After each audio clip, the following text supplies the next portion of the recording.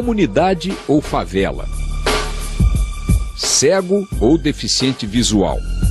Se você se comportar de acordo com seus valores e convicções, sem ligar para regras e modismos da sociedade, você pode ser rotulado como uma pessoa politicamente incorreta. Essa balança de atributos morais que muda de tempos em tempos e varia entre as sociedades e culturas tem deixado muita gente de cabelo em pé.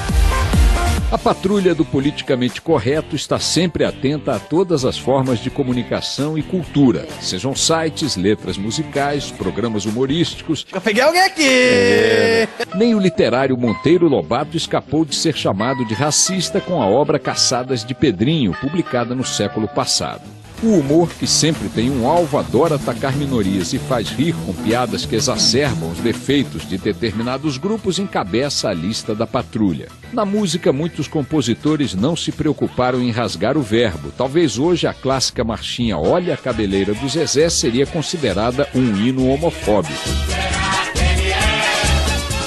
Já a letra de Loura Burra, composta por Gabriel, o Pensador, para muitos é preconceito com as mulheres loiras.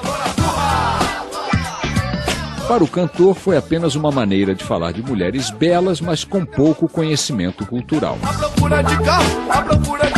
Nos últimos anos, alguns termos tiveram que mudar de nome. É o caso de favela, que passou a ser chamado comunidade. Uma preocupação maior com o nome do que com a própria moradia. Seguindo essa cartilha do politicamente correto, até o tradicional bolo nega maluca teria que se chamar bolo afrodescendente com distúrbio neuropsiquiátrico. O que seria, afinal, de mau gosto? Será que hoje em dia as pessoas deixam de falar o que pensam para agradar a maioria? Esse é o assunto do Canal Livre, que recebe o filósofo Luiz Felipe Pondé. Autor do Guia Politicamente Incorreto da Filosofia, Pondé usa sua ironia para questionar religiosos, ambientalistas, políticos e também os defeitos da democracia. Para ele, o politicamente correto é uma censura fascista.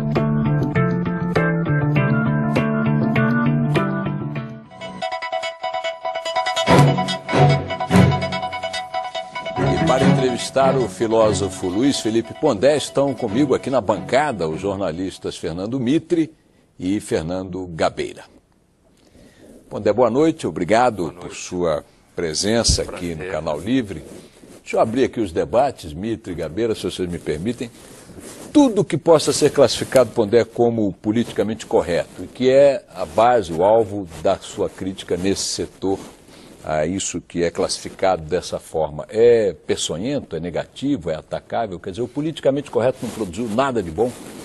Assim, como eu falo no livro, eu acho que o politicamente correto, ele é fruto de um processo nos Estados Unidos em que as pessoas tinham que um pouco, como que ampliar a educação doméstica. Então você começa a conviver com grupos no espaço público que não convivia antes e tinha que aprender a não fazer piada de mau gosto, por exemplo, como falar determinadas coisas que homens só falam entre si quando tem mulheres por perto, ou o contrário. Então eu acho que o politicamente correto, essa origem dele tem lá um certo sentido até um certo ponto. A minha crítica ao politicamente correto é que ele, na realidade, ele se transformou, tanto na mídia ou na imprensa ou no mundo acadêmico, ele se transformou num jogo de poder de certos grupos para, na realidade, atrapalhar as outras pessoas, evitar o debate público, lançar sobre você a pecha de que você é reacionário, que você é contra os negros ou contra os homossexuais, ou seja, barateia o debate politicamente correto. A minha primeira crítica a ele é essa.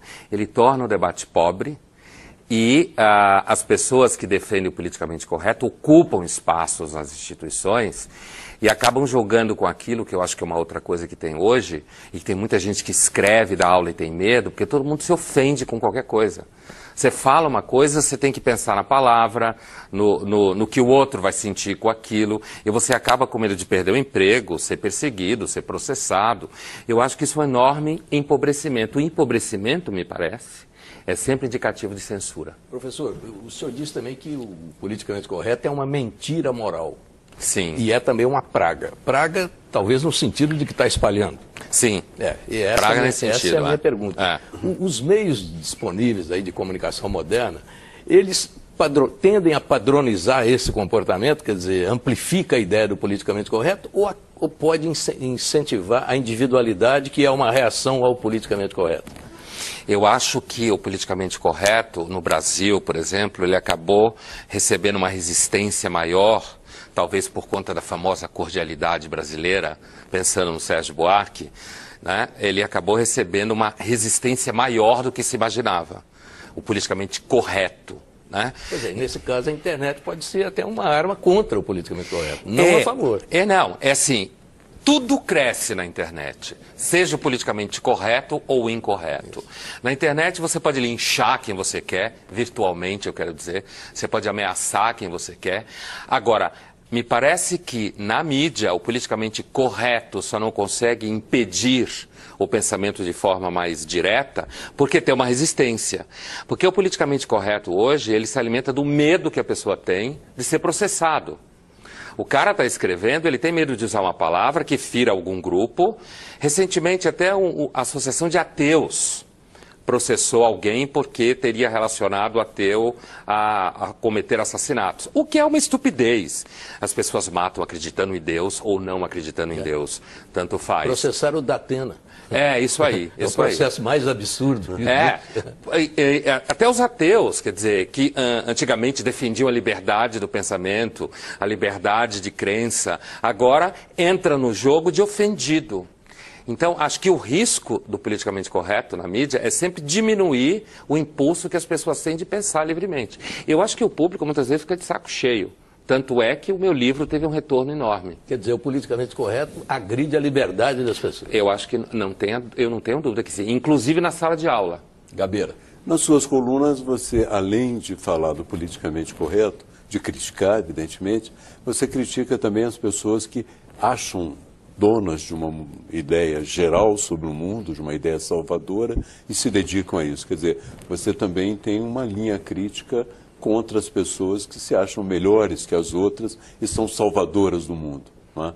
Sim. Eu acho que isso também é um dos aspectos da sua crítica. Eu acho que o politicamente correto teve uma força muito grande nos Estados Unidos. Talvez a gente tenha importado muito desse material dos Estados Unidos. Com certeza. E, inclusive, se eu fosse um marxista radical duro, leninista, alguma coisa assim, eu diria que o politicamente correto, inclusive, ele é postiço como processo revolucionário, para quem visa um processo revolucionário. Você situa no seu livro a semente, digamos, do politicamente correto num filme americano. Eu comento o filme do General Patton, é isso aí. Exatamente. Porque tem um momento em que... ele dá uma surra num soldado que teve medo. Ele bate no soldado que foi covarde, estava com crise de nervo, e ele diz que o soldado não pode ficar ali dentro porque ali é um templo, porque são soldados feridos em batalha. E que um soldado que está em crise porque tem medo devia sair dali. E ele é patrulhado e perde o cargo. E aí perde o cargo, e a mídia toda cai em cima dele, e ele fica... Pelo que está no livro, no filme e tudo mais, é porque ele deu uma porrada. Ele deu uma surra. Não, ele deu uma bofetada no cara. Então, digamos, meus caros politicamente incorretos, que deu-se ali uma reação, uma agressão. Não, mas o politicamente correto tem algum sentido. Não foi, acho que é diferente no filme. Acho que a questão, o Patton, ele tinha um enorme número de qualidades como militar. E isso é o que o filme apresenta, eu digo no livro, inclusive, que eu estou comentando um filme, não uma figura histórica. Né? Então, assim, ele é apresentado com um enorme cabedal de qualidades. E essas qualidades todas são preteridas porque ele fez aquilo. E aí ele tem que fazer uma desculpa pública, como se, no caso do Exército, a covardia não fosse um vício dentro do Exército. Quer dizer, o que eu acho que o filme mostra de interessante é justamente como ele vai sendo cerceado enquanto general, enquanto alguém capaz de realizar uma missão, por causa de um fato que mancha a imagem do Exército. Isso é politicamente correto. Eu queria voltar uma outra dimensão das suas colunas. A Angelina Jolie, há cerca de 2 semanas, revelou que tinha retirado os seios porque temia o câncer. E numa das suas colunas você diz, não é, que a ciência está empurrando, pressionando a ética, que nós, dotados de informação, somos forçados a tomar novas atitudes. inclusive os pais poderiam no futuro ser responsabilizados pelas características do Exatamente filho. isso. Esse episódio da Angelina Jolie, de uma certa maneira, confirmou as suas previsões, não? Acho que esse processo da ciência, desde do Frankenstein da Mary Shelley, ela já está vendo isso. Quer dizer, a ciência, na medida em que ela nos empodera, como se fala por aí, com capacidades de alterar o que se considera natural, ela vai nos empurrando para uma espécie de abismo moral e ético, que a gente não sabe como agir, e tem que ficar legislando a posteriori, de certa forma, para conseguir lidar com isso. Mas eu queria voltar à tua questão anterior, Gabeira, porque assim, a crítica a qual você fez referência, que eu faço, né? É porque eu sou uma pessoa, eu sou muito pautado pelas relações concretas diárias, né? E eu sempre sinto que as pessoas que se julgam que elas representam um processo de salvação do mundo, eu sempre sinto nelas um sentimento de que elas são superiores moralmente. E eu vejo isso desde a universidade, nas pessoas de esquerda, por exemplo, eu estou usando um termo aqui de uma forma muito solta, a gente pode vir a definir melhor, mas as pessoas de esquerda, elas partem do pressuposto de que elas têm uma superioridade moral, como se fosse uma espécie de santidade, né? Então eu vejo nelas um tipo de puritanismo moralista, como se eles estivessem acima, e que, quando na realidade a gente sabe que ao longo da história dos últimos anos, últimas décadas e séculos, 2 séculos, grosso modo, normalmente todas as utopias desaguaram em violência. Carnificina. Carnificina. O processo eu acho que o homem devia ser assim. Aí eu mato o cara real para nascer o homem que eu acho que tem que existir. Mas é estranho, porque eu acabei de descobrir com essa tua explicação que o Tea Party é de esquerda. Porque se tem um grupo mais moralista, que se acha mais detentor de uma missão divina, de estar numa categoria superior, de ser uma raça, um grupo superior, é o Tea Party, a extrema-direita americana. Assim como o fascismo se colocava também como categoria superior, inclusive racialmente. E eu não vi assim, nada menos esquerda do que duas isso. Coisas assim, começo pelo fim. Primeiro, para mim, fascismo e marxismo é a mesma coisa. Tá. São regimes de governo que a diferença é pequena entre um e outro. Não é à toa que o nazismo, no começo, o nome do partido, não no começo, o partido significava Partido Nacional Socialista. Eles não eram nem um pouco amantes do capitalismo. E com isso eu não quero dizer que o capitalismo é a maioria. Eu acho que o debate direita e esquerda, um dos problemas dele é que ele barateia a conversa para você saber em quem você atira. No caso do Tea Party, eu não tenho nenhuma dúvida. Só a diferença é que eles se assumem como religiosos. E os marxistas não. O Tea Party parte de uma visão dessa, são meio puritanos, tem uma ideia de liberdade idealizada, aquela liberdade de parte da Fundação Americana, aquela liberdade individual que está profunda na sociedade americana, mas essa coisa de se achar superior moralmente, eu não tenho dúvida, só que eles se assumem como religiosos. E os marxistas não. O jornalista e nosso colega Marcelo Tass, Pondé, os carecas vão dominar o mundo. Essa é uma tese, depois eu queria conversar contigo, bater um papo a respeito disso depois do programa. O Marcelo Tass sabe bem o que é ser taxado de politicamente incorreto. No decorrer do programa, nós vamos ver algumas questões. Vamos ver a primeira.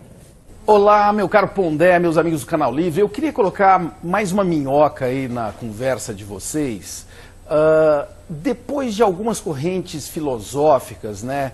Racionalismo, niilismo, socialismo, capitalismo, eu vejo surgir uma coisa que é o coitadismo, sabe? Gente que se faz de coitado, né? Grupos ou indivíduos, e que reivindicam tudo. Eles têm que ser indenizados, eles têm que ser protegidos, eles estão em extinção, e se você falar alguma coisa sobre eles, você é um monstro, entendeu? Então, por favor, meu caro Pondé, nos ilumine explicando o que é o coitadismo. Primeiro eu vou te contar que um dia eu estava parado no farol e tinha um carro com 2 meninas do lado, elas olharam para mim e falaram assim: Marcelo Tass, é você! Então assim, veja... Coitado. Não falaram. Assim, eu acho que esse nome coitadismo, que eu concordo bem com a ideia que você fala, é uma espécie assim de produção já bem aguada do que da ideia, que acho que começa tudo com Rousseau, como eu começo com o livro, para um pouco simplificar a raiz, essa coisa de que na sociedade existe vítima, existe culpado, e que algumas pessoas são responsáveis por tudo de mal que acontece com os outros. Então, veja, com isso eu não quero dizer que não existam responsabilidades, hein? Não, ninguém tem culpa por essa cagada. Não, mas aí que tá. Eu acho que a gente deve começar a pensar, antes de tudo, pela culpa que eu tenho. E aí eu lembro de Dostoiévski, que a gente pode falar de Dostoiévski depois. A gente deve começar pela culpa que eu tenho. Eu acho que essa moçada que se identifica com um bem político parte sempre do pressuposto da culpa que os outros têm. E esse coitadismo aí é exatamente uma espécie de fruto já barato disso aí, super simplificado. Então, é aquilo que eu dizia antes, que está todo mundo preparado para se ofender. Então, eu sou coitado disso, eu sou coitado daquilo, e aí daqui a pouco os pandas também são coitados, eu não sei o que. Isso, o problema é que quando você fala isso, rapidamente querem colocar você no saco. Eu já tive a experiência de muita gente que me conheceu pessoalmente, dizia, pô, Pondé, achei que você era um inquisidor, cara. Achei que você era um super catolicão. No sentido de que você era um reacionário, alguém super assim. Clichê. Essa tendência de simplificar o problema. Quando o senhor fala, por exemplo, de consciência social, o senhor fala de uma forma crítica, consciência social. O senhor coloca em xeque a expressão justiça social. O senhor parece concordar com Nelson Rodrigues de que os imbecis estão em maioria. Sim. O senhor chega a ponto assim de tocar na democracia de uma maneira até que exige que o senhor abra um parênteses e diz, olha, mas eu não sou contra a democracia. Eu não conheço nada melhor. É o menos ruim a democracia. Sim. Então, eu te perguntaria, como é que fica, então, a legitimação dos instrumentos de escolha das pessoas que vão governar e tal, se a maioria é imbecil, se a conscientização não existe, se a justiça social é uma ficção. Como é que o senhor vê a democracia com esses valores que, para mim, são fundamentais? Também para mim. Assim, eu começo dizendo o seguinte, esse tipo de debate ele sempre tem que ser organizado, né? Essa coisa de dizer eu sou a favor da democracia, na realidade eu estou quase citando o Tocqueville, que fala que o Tocqueville, quando vai aos Estados Unidos em 1881, ele fala que uma das características dos povos democráticos, é se ofenderem facilmente quando você fala. É óbvio que a democracia, eu acho, é o regime menos ruim e melhor que a gente tem. Isso não significa, como quando fala o Nelson, ele está se referindo à quantidade como força dentro da democracia.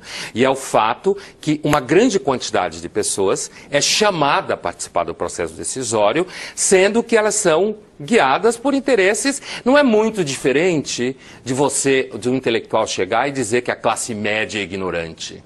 A diferença é que o Nelson foi identificado como de direita. E um intelectual de esquerda que fala isso significa que é consciência crítica. Quando diz que a classe média é ignorante, reacionária. Mas, surpreendentemente, os intelectuais de esquerda se orgulham do seu partido elevar milhares de pessoas à classe média. É para melhor odiá-los, talvez.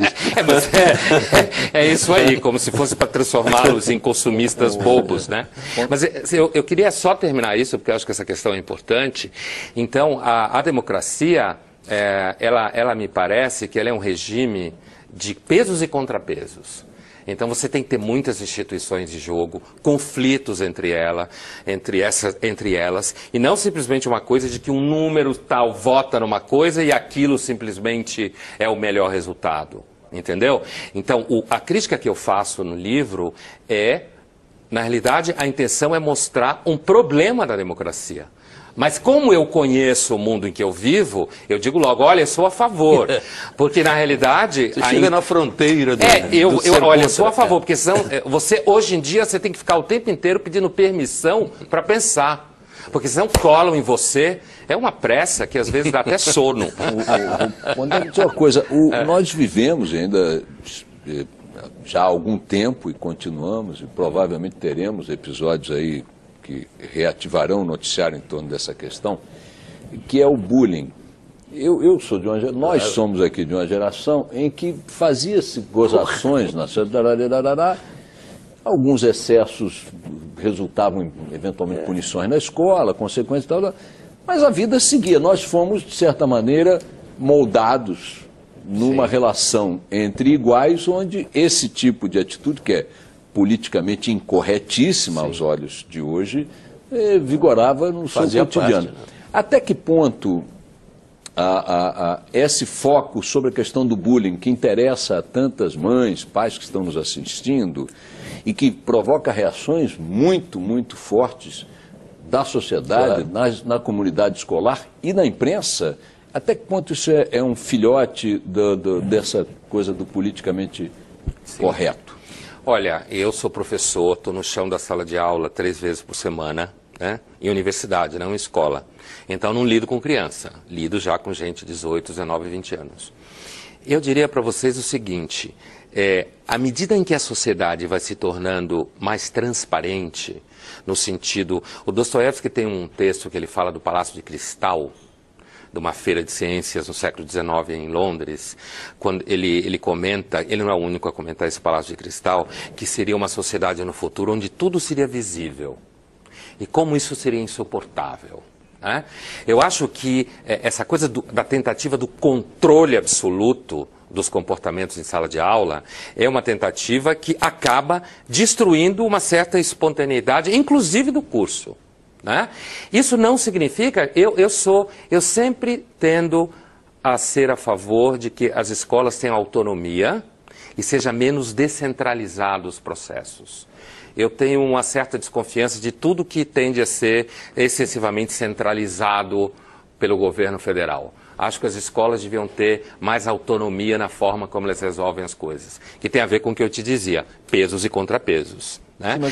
Então, a coisa do bullying, à medida que você vai legislando e vai tornando aquilo uma situação de absoluta paranoia dentro da escola, isso vai fazendo com que você fique dentro da sala de aula com medo de qualquer momento levar um processo.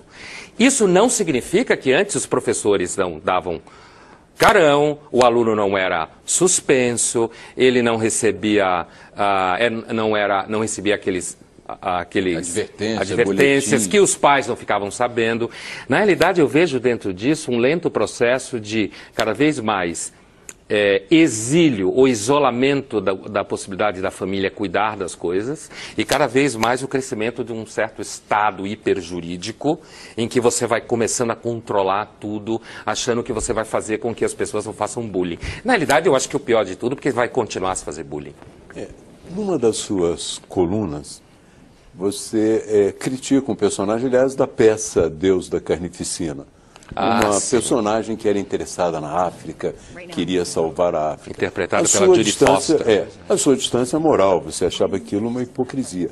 Mas hoje, avançando-se um pouco, algumas pessoas consideram que se ajuda melhor a África, melhorando as suas condições de comércio, do que propriamente ajudando como aquelas pessoas que querem ajudar. Quer dizer, de uma certa maneira, as suas objeções morais estão avançando já e são objeções políticas também, mostrando que nem sempre o caminho de ajudar as pessoas é o do politicamente correto. Às vezes é melhor você ajudar de uma forma mais eficaz. Você não concorda? Concordo. E, inclusive, Gabeira, eu nunca fui uma pessoa muito interessada em política.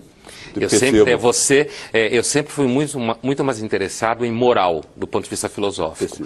Mas, como dizia o próprio Aristóteles, quando você começa a falar de moral, você acaba falando de política. Né? É inevitável. Eu acredito, às vezes, quando eu discuto isso, você falava de justiça social, o que eu vou falar é uma simplificação, mas grande parte do debate público trabalha com simplificação e a questão é como você consegue, de modo competente, criar simplificações. Então eu diria o seguinte, para mim justiça social é um mercado de trabalho aquecido. Você perde o emprego aqui, arruma outro lá. Então quando você fala que às vezes é melhor você ajudar um país ou um continente, seja lá como for, criando condições comerciais, eu não tenho dúvida. Isso não significa perfeição. Claro. Porque a pobreza é a regra geral da humanidade. O que a gente precisa entender é como se produz riqueza, que é raro, é uma exceção e nunca aconteceu no mundo na dimensão que acontece agora. Isso não significa que o sistema de sociedade de mercado é ideal. Para mim não existe nada ideal. Mas eu acredito que ao invés de você ficar jogando dinheiro, criando nas pessoas um sentimento de incapacidade, coitadismo que falava o Marcelo, de que elas são vítimas, de que os outros são malvados, e que vira, inclusive, um mercado cultural, né? Tem gente que ganha dinheiro fazendo filme, discutindo coisas bonitinhas, mostrando esse lado. Acho que dar condições, criar condições comerciais é muito melhor para produzir Professor, riqueza. Concordo com você. Eu noto, não sei se estou notando errado, no que o senhor escreve, uma certa implicância com o estado do bem-estar social. Se não me engano, o senhor chega a dizer que são trabalhadores brilhantes, deficientes, sustentando vagabundos. O senhor chega a falar isso. Não lembro. Posso ter falado. O senhor falou. Eu vou simplificar. A redistribuição, que é o papel do Estado, é um dos caminhos mais edificantes da política, das conquistas políticas. E aí leva ao estado do bem-estar social. Então não cheguemos até ele, mas um instrumento da redistribuição. Como é que o senhor que disse essa frase, gente que trabalha sustentando vagabundo, coloca esse valor, que eu considero um dos mais importantes em termos de conquista? Então, eu dou um passo atrás de novo, porque senão, se eu não der um passo atrás, pode ficar parecendo que eu estou dizendo que a humanidade está dividida em vagabundos e quem trabalha, que os vagabundos têm que se ferrar. E eu não estou dizendo isso. O que eu estou dizendo é o seguinte, todo mundo sabe, se a gente pegar o caso do Reino Unido, por exemplo, que você tem pessoas que abusam do Estado, que têm famílias de 2, 3 gerações que não trabalham e que o estado de bem-estar social, se a gente quiser ler textos que criticam isso do ponto de vista, inclusive, da saúde pública, cria em pessoas uma capacidade dela viver de empréstimo e isso destrói, na realidade, a própria autoestima das pessoas.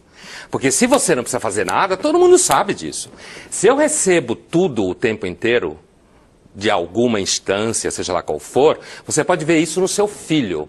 Se você dá tudo para o teu filho, você vai dizer, ele vai crescer, não vai ter noção do trabalho, não vai ter noção do que as coisas custam.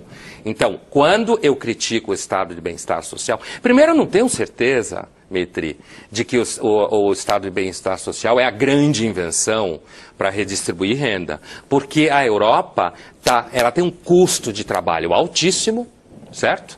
O empregado perde competitividade. Digamos que foi assim, o maior argumento, o mais eficiente argumento que se inventou contra a expansão do comunismo. Quer dizer, o senhor gostava menos do comunismo. Funcionou bem, só que agora a conta está aparecendo. E, por exemplo, quando alguém me compara o Brasil com a Islândia, que é um país que eu conheço a Islândia, é um país super interessante, como laboratório antropológico, inclusive, é uma piada. Dizer que um sistema funciona na Islândia pode funcionar no Brasil é uma piada. Claro. Certo? Então, a minha crítica ao estado de bem-estar social me parece que ele cria certos impasses econômicos de competitividade, onera o trabalho no dia a dia, porque a gente pensa assim, todo mundo sabe que quando o bolso aperta, você joga fora o que te aperta. Agora, quando a gente pensa na pessoa que tem empresa e dá emprego, a gente parece pensar que ele também não vai ter problema se o empregado ficar muito caro. Entende? Então, me parece que o bem-estar social, o estado de bem-estar social, ele teve uma função no momento, mas nesse momento, falando de Europa, não sei, eu acho que ele deve ser pensado também como algo a ser ultrapassado. A Europa toda, o sistema europeu todo tem que ser repensado.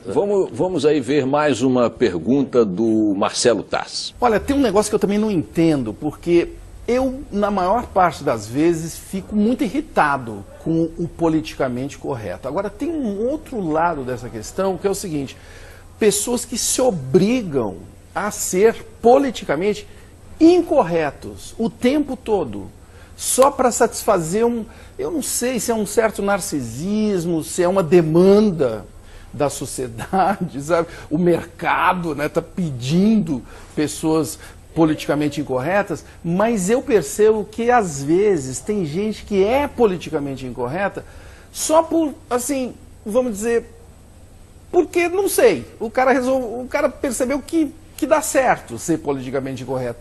Eu acho que era importante também a gente falar desse outro lado da questão.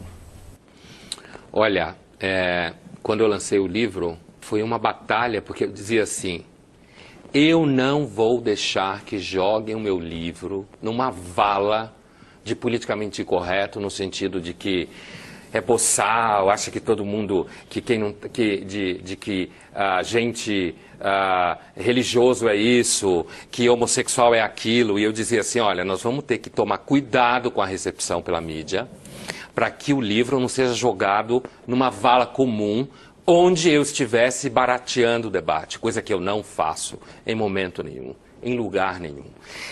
Isso que o Marcelo fala, eu acho que é uma espécie de uma outra face do barateamento, que é a seguinte face: tem mercado para ser politicamente incorreto, você vende, seja lá o que for, seja livro. Na realidade, o meu livro, que é o primeiro best-seller em filosofia no Brasil, que é se perguntar, afinal de contas, como alguém consegue ganhar dinheiro com um livro de filosofia no Brasil? Ao invés de ficar xingando o livro ou tentar dizer que eu sou o que eu não sou, o tipo reaça, ou contra todo mundo, que é uma super piada, isso que fala o Marcelo, me parece que é o outro lado, mas é primo do que eu estou dizendo. Então o cara sacou que ser politicamente correto, falar umas coisas meio grosseiras, chutar o balde, pega. Então ele veste a imagem do politicamente incorreto para querer dizer que ele está numa certa onda, que está na moda, que ele é a favor da liberdade. Toda liberdade tem que ter uma forma de cercear, de algum modo. Na realidade, eu acho esse debate ele demanda muita sofisticação, muito cuidado, porque justamente a oposição direita e esquerda simplifica a conversa. Mas eu acho que jamais o debate nas suas colunas foi barateado, sempre se mantém o mais alto nível. No entanto, em certos momentos, essas pessoas que você critica, você substitui pela classe média, não é? E nós já vimos, quer dizer, em certos momentos eu fico sentindo a classe média como um saco de pancada dos filósofos. Ou recebe as pancadas de um lado, ou recebe as pancadas do outro. Quando, na verdade, parece que a classe média vai se tornando também um conceito meio vazio, como aqueles conceitos escolásticos do século. Já não tem mais esse significado. Olha, a minha crítica, e eu volto ao que você falava do personagem da Judy Foster no Deus, a Carnificina, a minha crítica à classe média não é, quando eu faço, né? Não é a crítica, por exemplo, que algum outro filósofo poderia fazer dizendo que ela é conservadora, que ela é mesquinha, né? Que ela só está preocupada em pagar a televisão de cristal líquido dela, que ela só está preocupada em pagar o carro dela em 40 anos. Não é essa a crítica. Na realidade, a classe média que eu tenho na cabeça é outra. E hoje em dia, como você bem disse, classe média hoje é uma coisa que serve para você dizer que o país saiu da miséria. Então você eleva R$1.000 a classe média de salário por mês e diz que isso é classe média, logo não tem mais miserável, sei lá, alguma coisa assim, né? Estou trabalhando com um clichê estatístico. Então, o conceito de classe média hoje fica meio turvo. A gente sabe que uma sociedade, quando a gente pensa em sociedades europeias ou mesmo Estados Unidos, o que sustenta eu estou falando da Europa Ocidental, o que sustenta uma sociedade rica, que são poucas, é uma classe média forte. Né? É uma classe média que consome, que compra, até pequenos empresários que dão 2 empregos, 3 empregos. Aqui no Brasil a gente pensa que sociedade de mercado é sociedade de 3 bancos. Grandes bancos não quer competição. Sociedade de mercado é a sociedade do cara que dá emprego para 1, para 2, para 50, profissional liberal. A classe média que eu critico é a classe média da personagem da Judy Foster no Deus, a Carnificina, que é uma classe média que ganha certos lustres, sabe? Ela fala uma frase no filme, eu vou lembrar de uma frase. Ela é uma personagem dura, né? Postiça, que tem uma coisa assim que diz que está preocupada com a África, quando na realidade nunca foi lá, e está muito mais preocupada em escrever um livro que provavelmente ninguém nunca vai ler, mas ela vai pôr em cima da mesa dela dizendo que é um livro chique, né? Ela tem uma frase que ela diz assim, no momento de altíssima afetação do filme, ela fala assim, ou da peça, eu acredito no poder pacificador da cultura. Eu trabalho com cultura. Eu sou um profissional da cultura. Né? Desde que eu resolvi não ser médico e virar filósofo, eu não entrei para brincar nisso.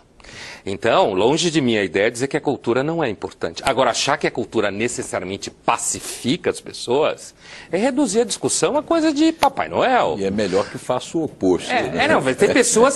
Tem pessoas que são extremamente cultas, não vou nem entrar em clichês, que cometem crimes terríveis, assim como não faz diferença se você acredita em Deus ou não, se você é culto ou não, eu não estou defendendo ser inculto, tá?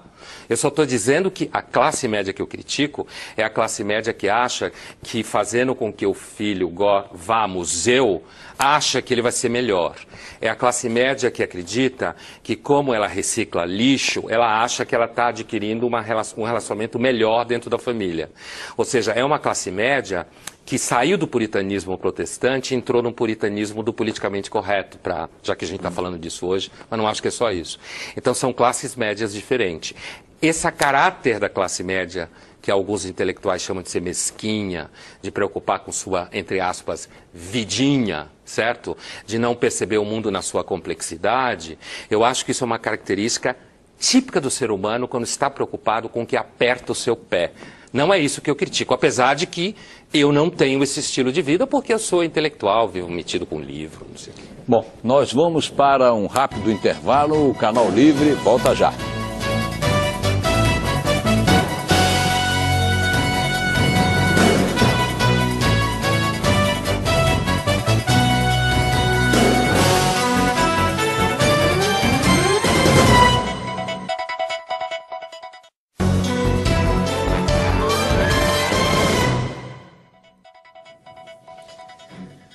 Voltamos com o Canal Livre, que esta noite recebe o filósofo Luiz Felipe Pondé. Pondé, eu queria te fazer uma pergunta. O fenômeno do politicamente correto, impondo-se como uma forma de castração, censura, o que seja, ele é global. Se não global, ele está em mais de um país, em vários países. Como é que o Brasil está nesse ranking do patrulhamento pelo politicamente correto?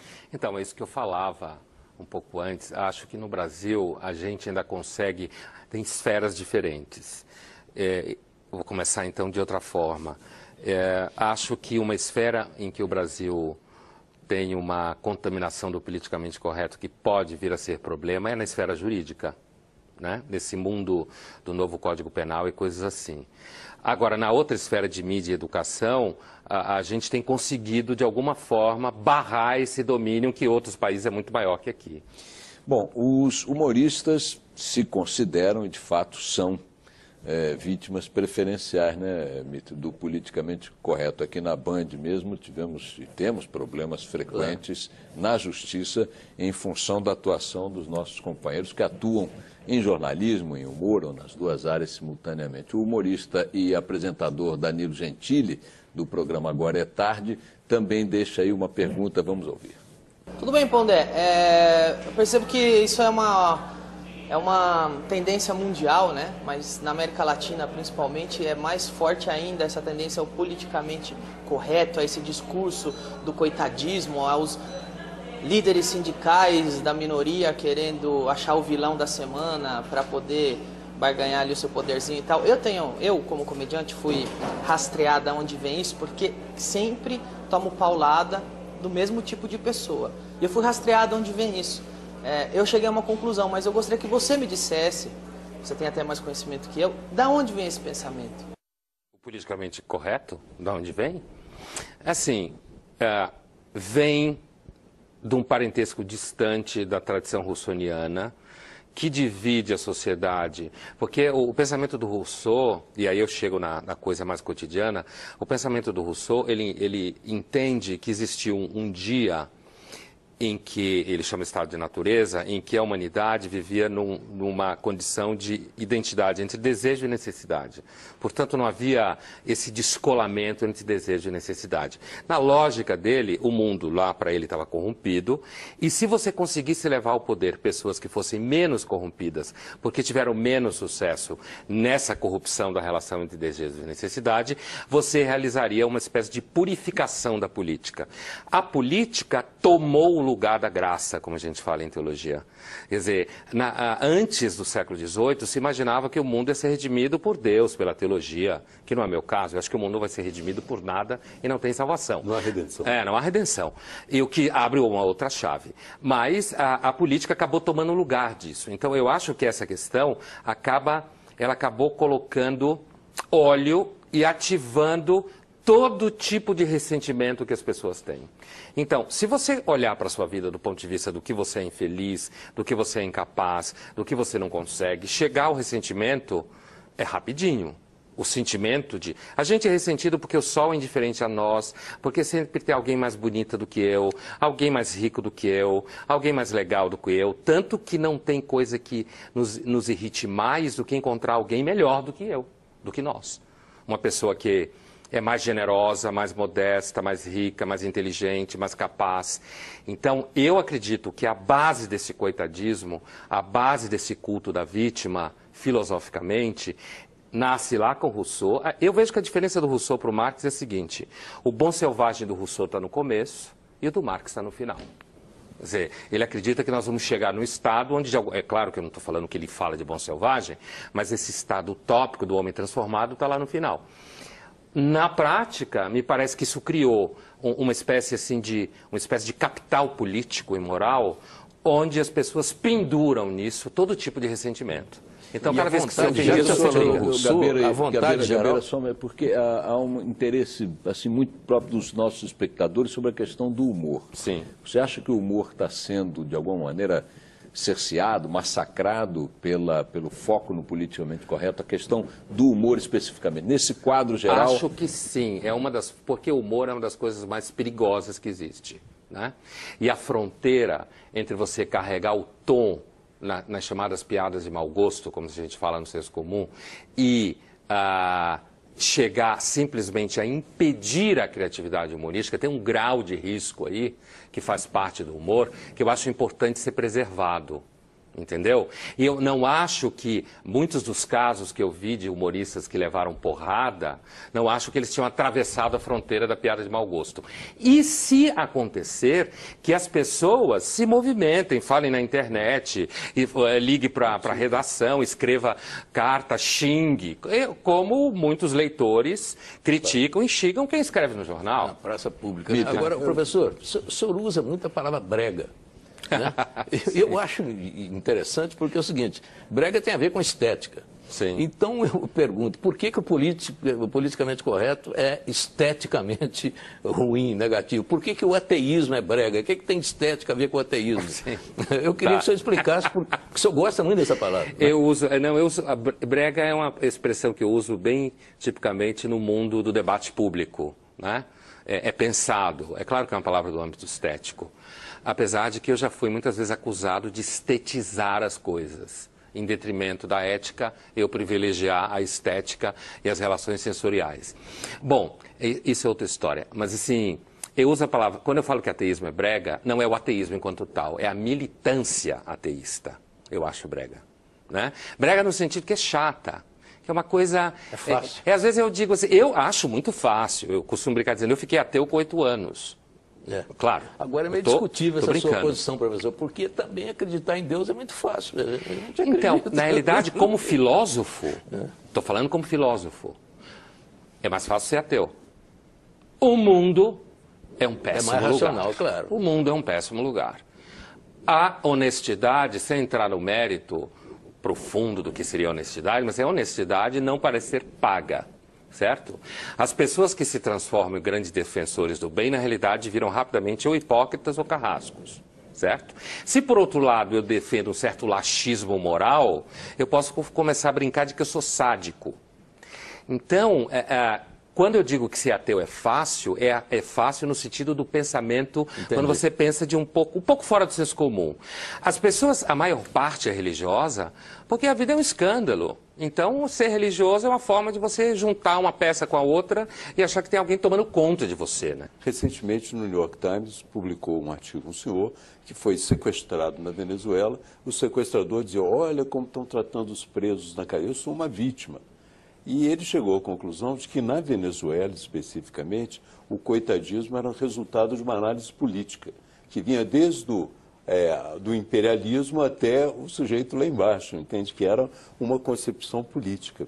E vejo também que, no caso do multiculturalismo, ele surgiu com a ida dos imigrantes para a Europa, que a necessidade de afirmar uma identidade e tal. Eu mesmo assisti a criação da primeira secretaria multicultural em Frankfurt. Então, eu digo assim, historicamente surgiram essas coisas e que em determinado momento foram até interessantes. Sim. Eu, às vezes, fico me perguntando, quando eu ouço você falar assim, de uma forma muito geral, eu falo assim, onde é que o Pondé estaria na abolição da escravatura? diante das pessoas que estavam lutando pela abolição? Eram chatos com aqueles cravos na mão ou não? Então, facilitando um pouco as identidades políticas, talvez eu estivesse do lado do Joaquim Nabuco, conservador, sendo contra a escravidão. Né? Então, acho que os períodos históricos são distintos. Claro. Assim, um dos problemas da tradição marxista é que a gente acaba passando um pente fino, e vem desde a dialética e tal, como se fosse um processo único em curso. Eu concordo inteiramente quando você diz, Gabeira, de que existem fatores históricos, não tenho dúvida, assim. Essa coisa do multiculturalismo, então, dizer que tem culturas que são vítimas e são coitadas, eu não tenho dúvida que teve sofrimento no imperialismo ou no colonialismo. Assim como eu não tenho dúvida que tem muita gente que mora na Europa, adora viver na Europa e fica brincando de que tem saudade da África, brincando que gosta da África, mas está super adaptado lá. Então, eu sempre estou pensando, mesmo quando eu penso em política, eu estou pensando em termos de caráter. Eu sou alguém muito influenciado pela ética aristotélica. Eu acho que o problema moral do ser humano é caráter. É uma questão de caráter. Né? E a crítica que eu faço à tradição do Rousseau, que deságua, ela dá a linguagem, assim como o Rousseau deu a linguagem para a Revolução Francesa, ela dá a linguagem para isso tudo. Ela cria uma espécie de categoria universal política da vítima. E essa categoria universal política da vítima gera dinheiro, garante meu almoço. E ainda dá a mim um certo ar de que, na realidade, eu sou superior moralmente porque eu sou vítima. Embaralha as coisas. Quando, na realidade, as pessoas continuam sendo... Algumas são mais corajosas, outras são mais generosas, outras são mais inteligentes, algumas são menos capazes. E você não pode mais falar isso. Você não pode mais... Atrapalha a análise do mundo. O Canal Livre faz mais uma parada. A gente volta daqui a pouco, logo depois do intervalo.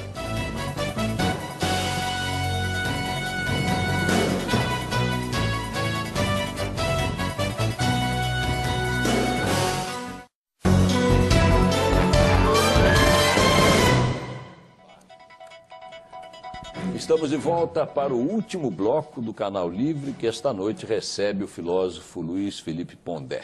Pondé, depois de séculos, séculos e séculos de muitos regimes diferentes, e todos eles marcados por muitas injustiças, dominação, opressão, exploração e tal, não há coitados no mundo, não? Quer dizer, o coitadismo não seria também uma compensação, uma espécie de um resgate de uma fatura, uma dívida qualquer, ainda que parcialmente? Ele é completamente abominável. Claro que eu estou usando o nome pela caricatura que vocês usaram, coitadismo. Sim, que veio do Marcelo, da pergunta do Marcelo Taffi. Não tem o... Posso falar a palavra? Não, aqui não. Não tem fudido no mundo? Acho que tem. A minha dúvida é se torná-lo um coitado é a melhor forma dele sair dessa condição a qual você se referiu.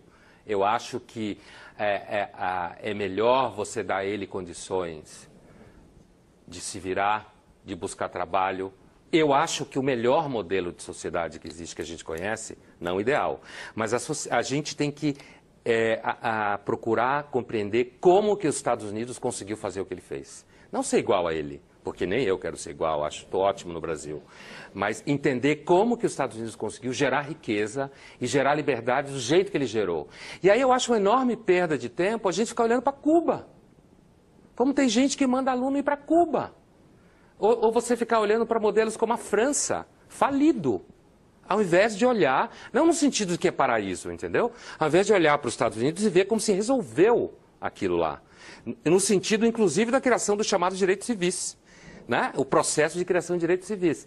Então, quando você pergunta se eu não acho que existiu coitado, eu não tenho dúvida que a condição de vítima real no mundo sempre aconteceu. A minha dúvida séria, quase metodológica, é se dizer que ele é coitado, dar um emprego para ele como coitado, trabalho na Secretaria de Coitados, representa os coitados, se é a melhor forma dele deixar de ser coitado. Acho que não é. Eu queria voltar àquela questão do bloco anterior.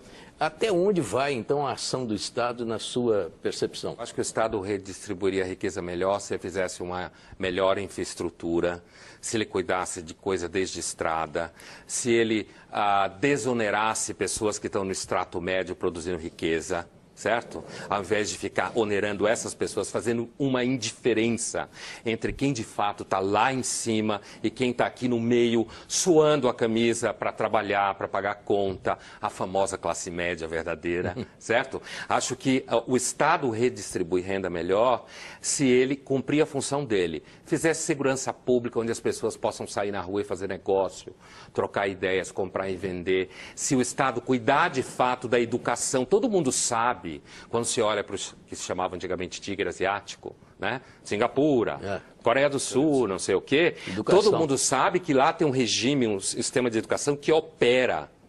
E aqui a gente fica brincando de que a solução é cumprir uma dívida histórica. Eu tenho desenvolvido o seguinte raciocínio. Hoje eu tendo a achar que essas pessoas que falam da dívida histórica com relação à pobreza é semelhante aos coronéis do Nordeste de onde eu vim. Só que tem um lustre. Agora, o coronel, de repente, ficava citando frase em francês que ele não sabia o que era. Agora, essa elite, que na realidade não está nem aí, de fato, para o que as pessoas de fato passam no dia a dia, ficam brincando de que estão resgatando uma dívida histórica social. Eu acredito que o Estado redistribui renda melhor se ele der às pessoas condição de andar na rua sem ser assaltado, sem ser morto, se der condição de quem é pobre para a escola, estudar muito bem, conseguir competir com moleque, filhinho de papai, que estuda em escola cara. A política de cotas, você não é uma forma de fazer isso? Eu sou contra a política de cota racial. Ponto. Sou contra. A política com relação à escola pública, eu tenho uma ideia um pouco mais longa. Né? Primeiro, eu sei, todo mundo sabe, que no momento que você instalou políticas de cotas para escolas públicas, tem um monte de gente de classe média colocando o filho na escola pública para garantir o lugar no vestibular lá na frente, numa federal ou numa estadual pública qualquer, para garantir que o filho fez. Então, assim, a grande crítica que eu faço, na realidade, a todo o pensamento de esquerda em geral, e, de novo, eu sei que isso barateia, porque nesse momento aí tem gente que joga à direita, então você é fascista. Eu normalmente tenho um sono quando alguém me pergunta isso. Você é fascista, você é racista. É uma grande falta de repertório ou de leitura do que eu escrevo.